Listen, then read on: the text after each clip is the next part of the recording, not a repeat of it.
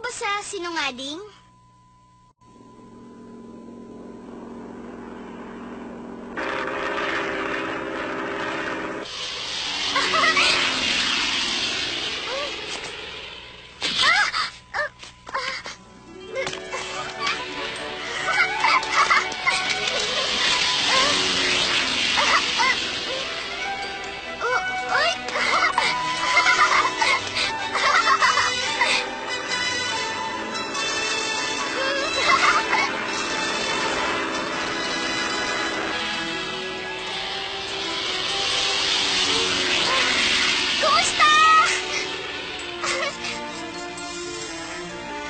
Sana, nakakalipad din ako sa langit tulad nun.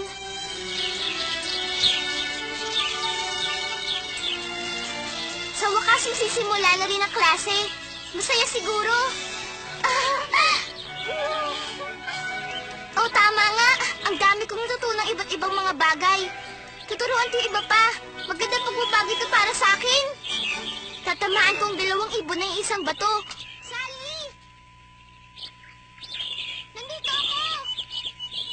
Nandito ako sa taas, Sally! Judy! Halika! Bakit hindi ka umakyat din dito? Ang sarap dito sa taas! Ayoko nga! Bilisan mo, bumaba ka na dyan! Dito sa taas, pakiramdam ko nasa langit ako. Alam mo, delikado ang ginagawa mo! Bumaba ka na! Sally! Ano ba ang ginagawa mo? Ay... Naku, lagot na naman! Ay... Judy, abot! Ano ba ang ginagawa mo? Diyos ko! Ang mga ginagawa ng batang ito ay kakaiba talaga! Judy, abot! Halika nga rito! Opo. Gaano ka ba katagal maglalakad-lakad na nakaba? Sige na, isuot mo na yan! Bilisan mo! Bilisan mo! Tapos na po, nasuot ko na nga. Judy, alam mo na kung anong sasabihin ko, hindi ba? Wala Ano naman ba talaga ang gusto mo? na nasasabing hindi kami pinapayagang umakyat sa bubong. Kung ganon, idagdag mo na rin yung patakaran na yan doon sa iba pa at sa lalong madaling panahon. Opo, idadagdag ko na. Wala nang larawan, isulat mo na lang yung mga sinabi ko. Opo, wala nang larawan. Sulat na lang. Mag-iingat na po ako simula ngayon. Sandali lang. Ay, nako. Hanggang ngayon, masunuri pa rin naman siya. Oh! Ang mga mag-aaral ay hindi maaaring umakyat sa bubong kapag nandiyan si Miss Strone. Ano ba ito? Pasensya ka na kung nadamay ka sa akin, Sally, ha?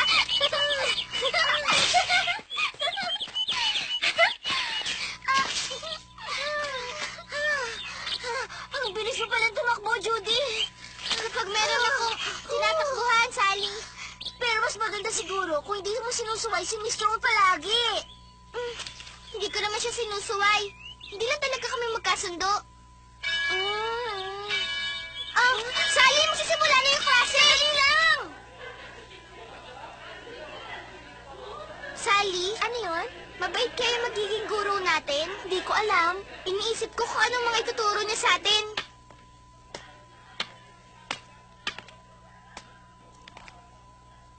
Ayan na!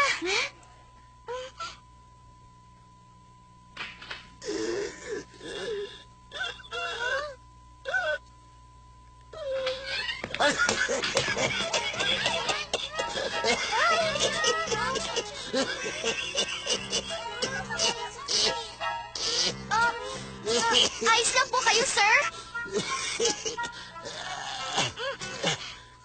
Naumanhin. Ayos lang ako. Wala ito. Inumo lang ako.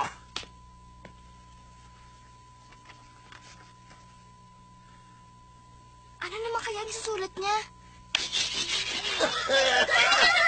Ano kaya yun?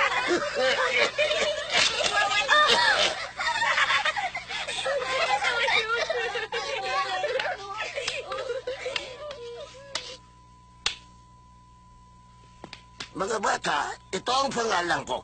Herman Melnor. Tuturuan ko kayo ng Ingles ngayong taon. Ngayon, bago ako magsimula ng leksyon, meron kayong pagsusulit para makita ko kung nag-aaral pa rin kayo. ikaw na nasa harapan. Kilala mo si Maurice Maeterlinck. Ako Ha? po ba? O, ikaw nga. Sagutin mo ang tanong. Sabihin mo muna ang pangalan mo. Ako po si Judy Abbott. Ha? Sinabi mo bang pangalan ay Judy Abbott? Wala namang pangalan na ganyan na nakasulat dito. Alam ko po. Ahem! Tumahimik kayo sa klase ko. Ako po si Judy Abbott. Yun ang pangalan ko. Magaling. Sagutin mo ang tanong. Alam nyo, hindi pa po namin nakikilalang isa't isa. Kaya hindi ko po alam kung sino si Maeterlinck. Sagutin mo ako ng seryoso. Si Maeterlinck ay may akda ng Bluebird. Meron pong manunulat dito sa silid-aralan?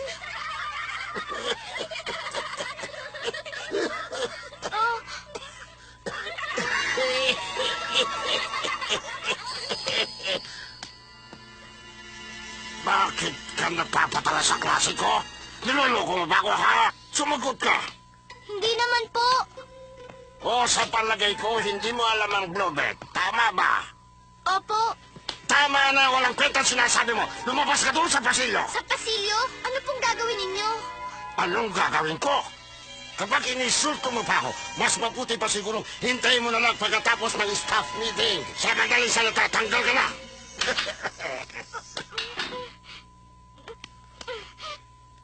Hindi ko naman talaga alam kung sino siya eh. Ba't kailangan kong tumayo dito? Sige, Julia Pendleton. Po, Siyempre, kilala mo si Maeterlinck, hindi ba? Siya ay isang Belgian dramatist at poet. Ang Bluebird ay simbolo ng kasayahan at sa palagay ko isang kwento yun na madaling maintindihan. Judy, hindi tama niloloko mo ng gano'n ng guro natin. Alam mo ba? Pero hindi ko naman siya naloloko, Sally ah. Ano? Kung gano'n, hindi mo talaga kilala si Maeterlinck. Hindi ko pa siya naririnig o kaya nabasa ang mga sinulat niya. Kung gano'n, sasama kita sa lugar na gustong-gusto ko. Halika na! Saan?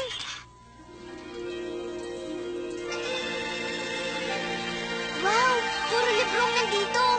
At meron ding lalagyan ng libro dito, dito, at dito. Anong gagawin ko?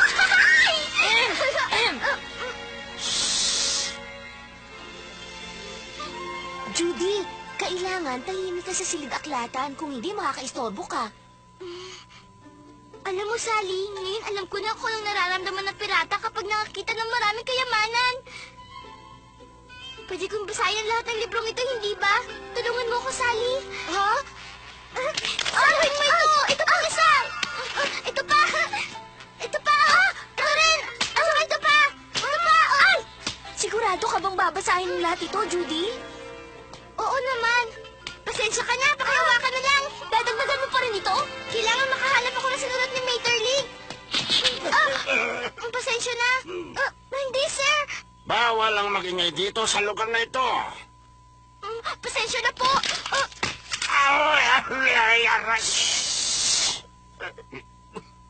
Nakita ko na yung Bluebird, Judy.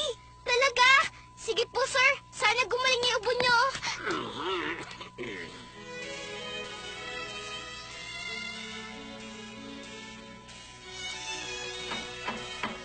Pasok. Nagbabasa ka pa rin ba? Ang ganda pala nito.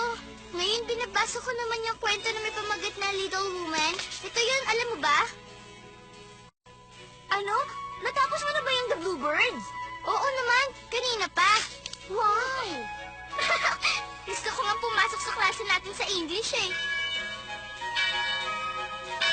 Tama, ang pinaka-importanting bagay kapag pinag-aralan mo ang tungkol sa English, hindi mo dapat kabisaduhin ang grammar.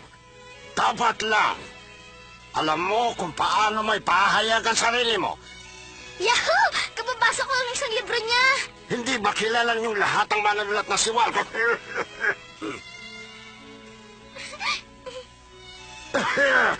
Ngayon, tungkol sa mga librong sinulat ni Walcott, Sally McBride, anong libro ang nabasa mo? Nabasa ko po yung A Tale of Young Grass. Tama, Tale of Young Grass. Isa sa mga sikat na sinulat ni Walcott. Nabasa ko na yan.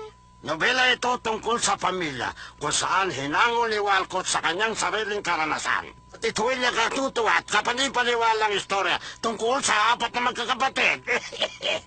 O sige, sa palagay ko, pasusulatin ko rin kayo na nakatutuwa at kapanipaniwalang istorya. Sumulat kayo ng istorya tungkol sa pamilya ninyo at ibigay niyo sa akin sa susunod nating pakikita. Hindi kayo dapat magalala dahil ito ay napakadaling salaysay ng inyong isusulat. O, maliwanag ba ang sinabi ko sa inyo? Huwag niyong kalilimutan. At yan ang inyong assignment. Tungkol sa pamilya ko, anong gagawin ko? Madaling isulat yung storyang yun, yung tungkol sa ating pamilya. Dahil maraming bagay ako may susulat tungkol sa aking pamilya. Iniisip ko nga kung isusulat ko pa yung tungkol sa pabrika o yung tungkol sa libangan ng aking ina, yung paranahi. Sa tingin ko, isusulat ko yung araw na nagpunta kami dun sa bahay bakasyonan namin. Nakahuli ang papa ko ng malaking isda at tinuruan niya rin akong mamingwit. Pinaluto namin sa kusinera yung isda at ang sarap talaga nun. Eh, ikaw naman, Judy. Ano naman ang isusulat mo? Ikwento mo nga sa amin. Sige na, huwag ka mahiya. Ha? Naalala ko, sinabi mo nakatira ka sa isang malaking mansyon, hindi ba? Oo, tama. Pero isusulat mo yung tungkol sa tiyo mo na lagi mo kinukwento sa amin, di ba? Oo, tama ka rin dyan. Gusto kong marinig ang tungkol sa kanya. Pwede ba, Judy? Pwede.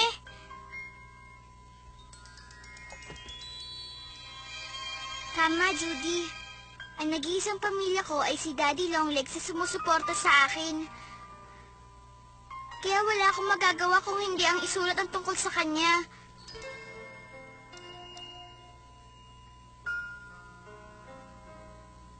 Pero, Daddy Longlegs, alam ko naman kung wala akong makukuha sa inyo kahit anong sagot. Pero sir, sana po sumagot kayo kahit isa lang. Ano po bang itsura niyo, sir? Nabubuhay po ako araw-araw na walang alam tungkol sa inyo. Bata pa po ba kayo o matanda na po? At isa pa, kalbo na po ba kayo? O nakakalbo pa lamang? Ano po bang trabaho ninyo o nagretiro na po kayo? Sige na po, kahit yan lang po, pwede na. Sabihin niyo naman po ang tungkol sa inyo. Napaka-importante po ito sa akin.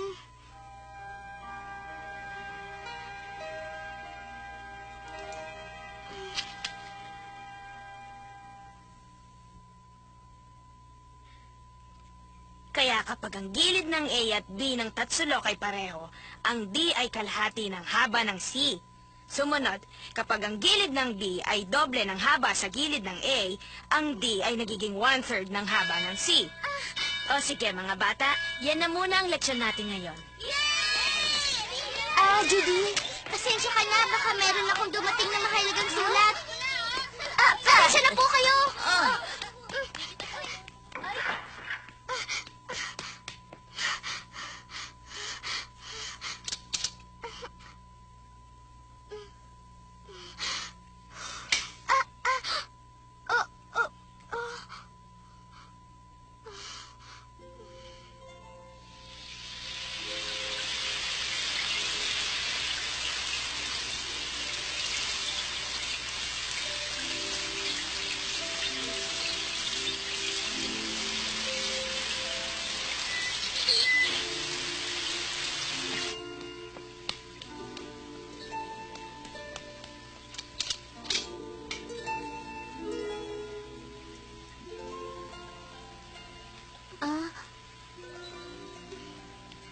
Anong problema, Judy?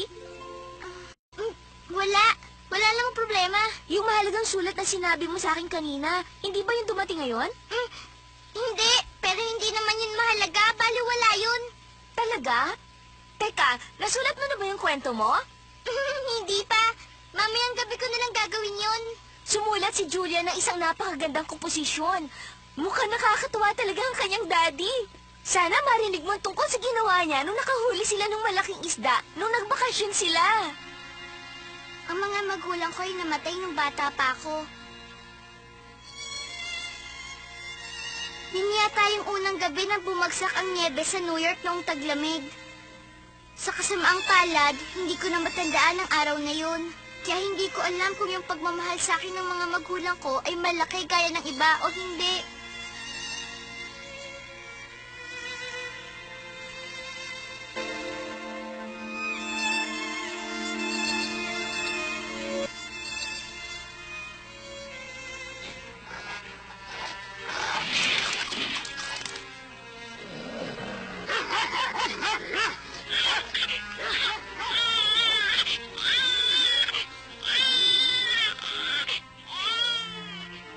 Ano ba yung ingay na yan? Isa na namang iniwang sanggol. Sana iniisip ng mga tao nangyayari kaguluhan kapag nagtatapos sila ng mga sanggol. Papa, meron na naman pong iniwan na sanggol. Ang sama naman ng magulang niya. Gayunman, dahil tutulog ako at hindi ko alam kung ano nangyayari, mahal ko pa rin ang mga magulang ko kahit na hindi ko na sila matandaan pa. Sino nagbigay sa'yo ng pangalan? Gayunman, pinagpala naman ako sa mga kaibigan. Wala kang papa at mama. Kaya sino nagbigay ng pangalan mo? Judy Abbott? Totoong pangalan mo yan, hindi ba? Sabi ng papa ko, yung guro sa ampunan lang ang nagbigay sa'yo ng pangalan. Tama na yan! Sobra na kayo ah! Ano ba kayo?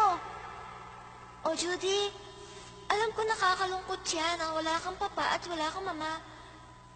Pero ayos lang yun, dahil kaibigan mo kami lahat. Napakabait nila. Napapaiyak nga ako sa kanila.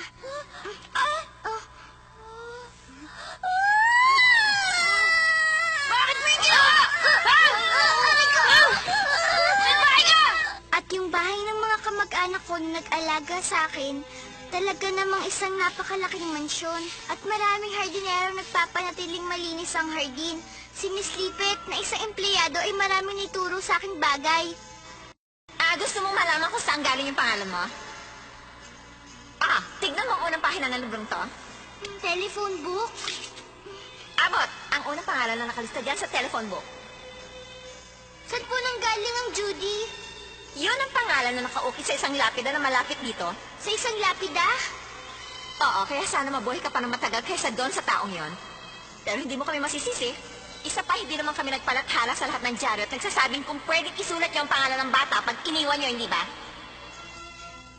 Si Miss Lipet ay palabiro din kung minsan. Hindi lang yun, meron din siyang talento sa pagtuturo. Siya ang nagturo sa akin na maglinis ng bahay. Tinuruan din niya akong mag-ayos ng gamit ko. At kung paano manahi, utang ko lahat kay Miss Lipet. Kahit nakasama ko siya palagi, lumaki ako na hindi umaasa sa iba. At siya ang namamahala sa lahat ng mga mababait na empleyado. Siya ang dahilan kung bakit nandito ako ngayon.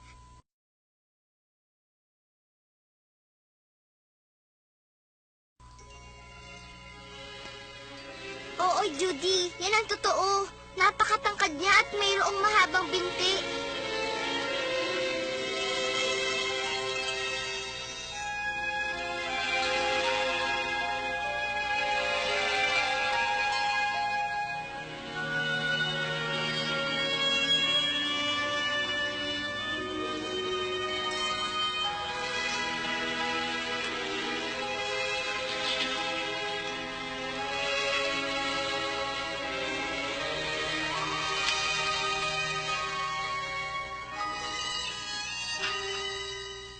Gayunman, hindi siya nagagalit tungkol dito.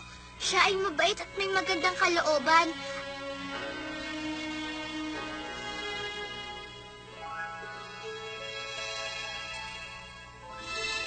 Oo, Judy, yan talaga ang katotohanan.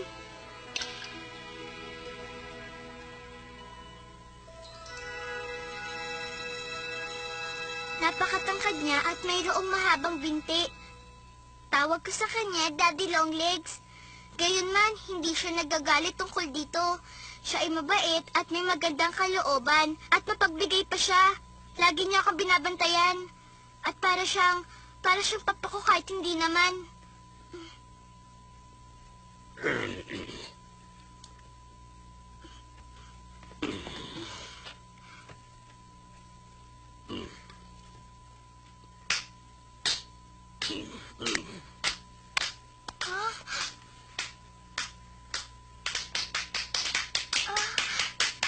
Nakakatuwa naman.